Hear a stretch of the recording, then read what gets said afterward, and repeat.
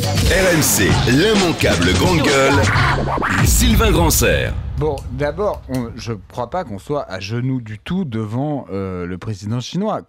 Il est en visite d'État. Il y a un protocole. Quand on reçoit un chef d'État étranger en visite d'État, en effet, il y a un déplacement en province, il y a un dîner très important, il y a les gardes républicains, il y a le président qui vient l'accueillir, etc., etc. C'est normal, c'est une visite d'État. Ensuite, en effet, la Chine n'est pas un pays qui se distingue par sa grande agilité démocratique, ni par son sens de la justice. Je me souviens que Ségolène Royal avait salué la rapidité de la justice chinoise en 2007. Donc les socialistes sont finalement assez cohérents. Mais donc on peut tout à fait rappeler ça et en même temps être pragmatique, constater que la Chine est en passe de devenir la première puissance mondiale.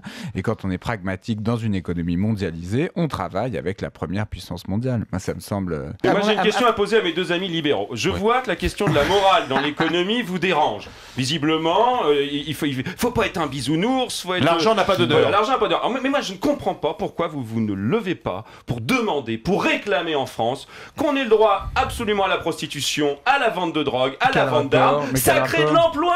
Le trafic, ça crée de l'emploi.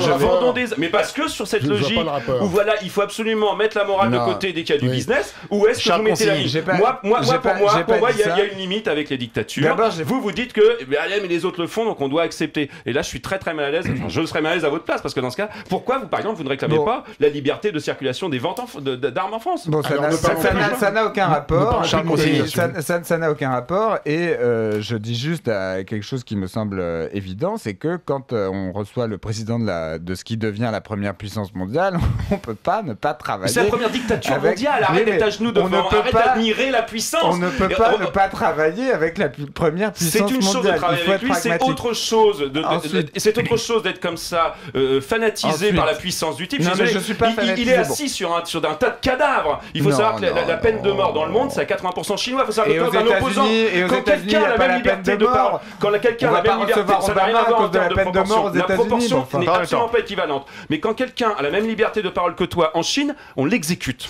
Donc est-ce que tu as une petite sensibilité pour les gens qui usent le même droit que toi? Est-ce que tu sais qu'on envoie la facture de l'exécution à la famille?